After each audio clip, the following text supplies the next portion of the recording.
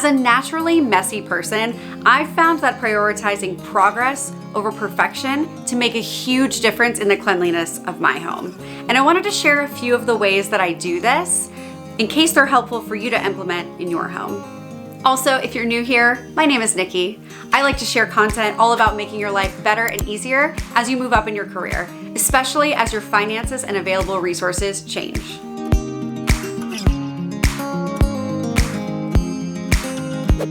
One piece of advice that I always hear is to set a timer and see how much you can get done in that period of time. The concept is great, but I am personally just not inspired by setting a timer intentionally for 15 minutes. I like to find those little pockets of time where I can be super effective naturally within my day, and I'll give you an example. So recently, my daughter has become a lot more independent.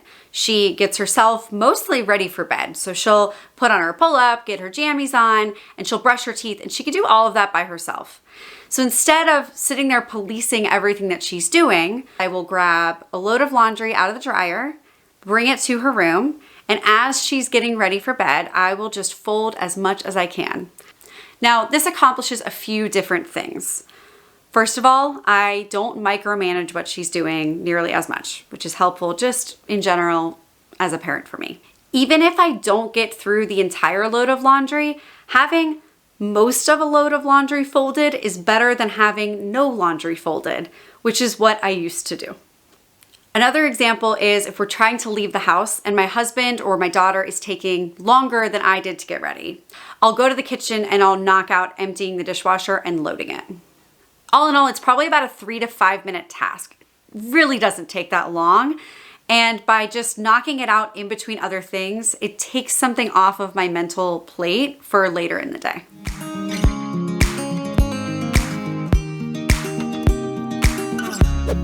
Another trick we use in our house is visual cues. And this helps my husband and I communicate about what needs to be done if we forget to actually tell each other. So as an example, if we are starting a load of laundry and it's going in the washer, we leave the laundry room light on. Now I know when I shared this on Instagram and YouTube Shorts, some people were like, "You are wasting energy, you're wasting money, I would never do this." But here's the thing. If you forget about that laundry and it sits in your washing machine, which we've done multiple times, like overnight, and the clothes start to smell, what are you gonna do? You're gonna rerun the load of laundry. And that is way more energy wasted than having one light bulb on. I would rather my husband know that I started that load of laundry so he can change it before he goes to bed if I went to bed a little early and forgot to do it myself. We also do this with our laundry baskets. So if we don't get to fold laundry right away, but it's clean, it goes in a horizontal laundry basket. All of our dirty clothes go in the vertical laundry baskets. And this way we always know what's clean and dirty and where it's at in the whole process. We also do this with our dishwasher. So we have a magnet that says clean or dirty. It actually has Michael Scott and Prison Mike on it from The Office, if you're a fan. It's very cute. And we flip the sign depending on, again, if we're running the dishwasher or not. Now what's great about this is if I grab 2 cat bowls out of the dishwasher first thing in the morning and don't empty the whole thing, my husband is aware that the dishwasher is full of clean plates and he doesn't absent-mindedly put something dirty into it later. Now again, it's still better to empty your dishwasher right away, but none of us are perfect people, and this helps for those days where we are just a little behind.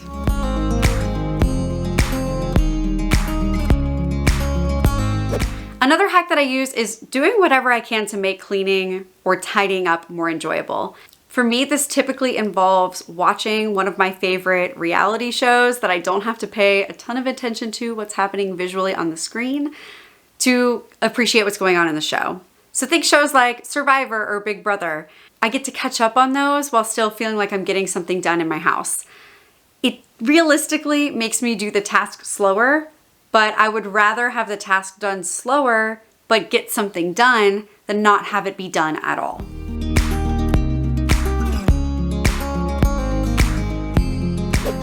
So this one is for all of you parents out there, and I want to give my husband credit for this.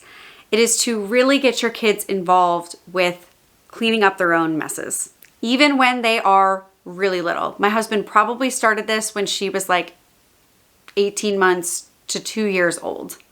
If she makes a mess with her toys, we expect for her to clean them up. Now, a lot of times we will help, but we really try to avoid having her go to bed with the mess and having us clean it up. Instead, as soon as she's done playing with something, we try to remind her to go ahead and clean it up.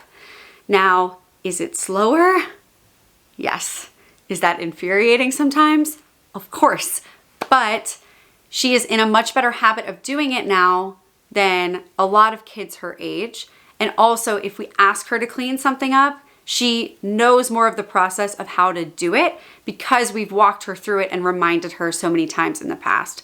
It's just one of those things that comes with repetition. The big thing that I'm working on now with her is if she makes a mess while she's eating, having her clean that up. So whether it's wiping down the table, wiping off the bar stool if she's sitting on that, sweeping up food from the floor with a little hand broom.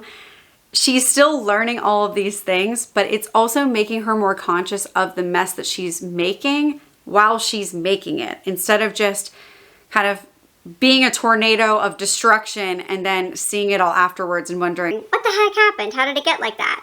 Because I'll be honest, I was that tornado child. And it took me until probably adulthood to really get that under control. I don't want her to have to do that. I would rather just have her learn that now.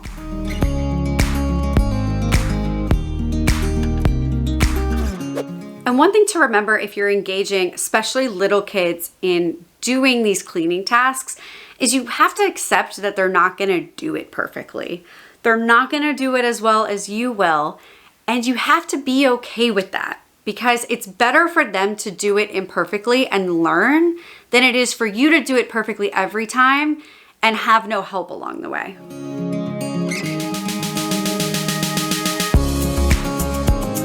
We use our dishwasher more than any appliance in our house, except for, I guess, our fridge. We probably run our dishwasher once a day on a normal day. However, if we have people coming over or if we're cooking a lot, then sometimes I'll run it 3 to 4 times. Now I do this by running the express cycle and by putting basically everything I can in the dishwasher. And I do it as I'm cooking. I actually have a whole video on this that I'll link up in the corner. It's very goofy, but truly it's a game changer for me. It makes me so much less stressed when I've got people coming over. And I love to cook, so I want to be able to do that without feeling like I'm making the kitchen explode.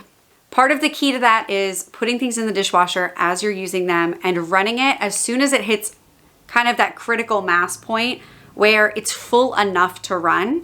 It's okay if not everything that's out is in the dishwasher, okay? You can always run it again.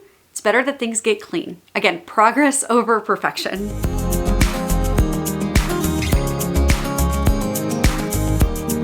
Also, I don't know why I didn't realize this until I was 32 years old, but you don't have to run exclusively giant loads of laundry. About 2 months ago, we went to Greece. We stayed at, it was a hotel, but it felt like an Airbnb. We had access to a washing machine, but it was a very little itty bitty washing machine. I'm talking it probably fit a third of the clothes that fit in one of our normal laundry baskets. We had this like itty bitty little laundry basket that we would fill up and we would throw things in the washer and then we would have to hang dry the clothes. And at first I was like, this is gonna be so annoying because like it's barely any clothes. However, I realized that when the load of laundry was much smaller, it was a lot easier to fold it and put it away immediately after doing the load of laundry. I was literally the polar opposite of this 5 years ago. When we lived up in Chicago, we lived in an apartment building that had a laundry room with, like 20 different machines. And there were times where we would fill up 6 washers all at the same time. Now we would be doing like clothes plus sheets plus towels and our comforter. Like we would do it all at once. But still, it was excessive and it was so intimidating and we hated laundry day. But I realized when I was in Greece that I didn't actually hate laundry day. I just hated it when it didn't feel like I could accomplish it. So if the loads are smaller and they feel more doable, I actually get it done.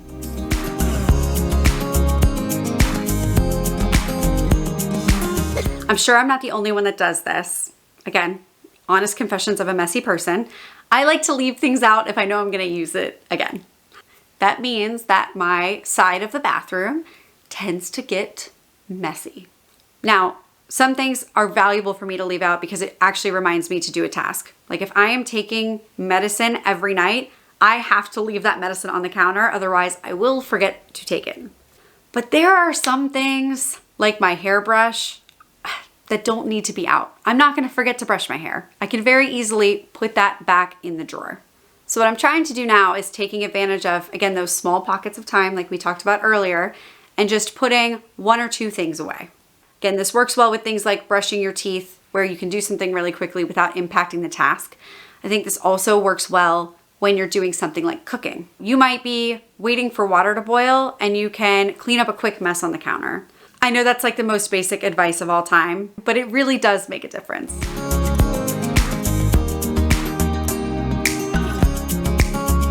Have you ever looked at a magazine and thought, wow, that room is so beautiful?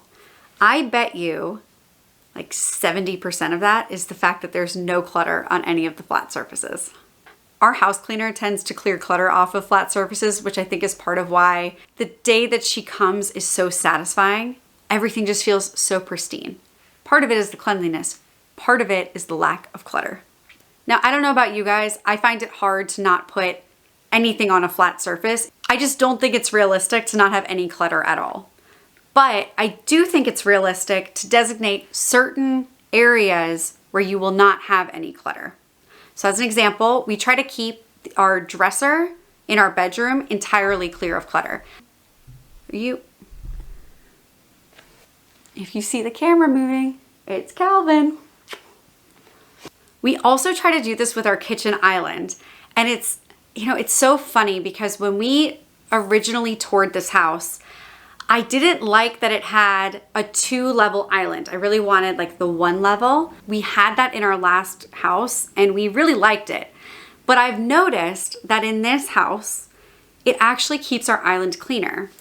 The lower level, which is where the kitchen sink is fair game. We put plates on it. There's like a fruit bowl. There's our little drying rack for our sink. But that second level where you normally sit when you're eating, we do a pretty good job of keeping clean.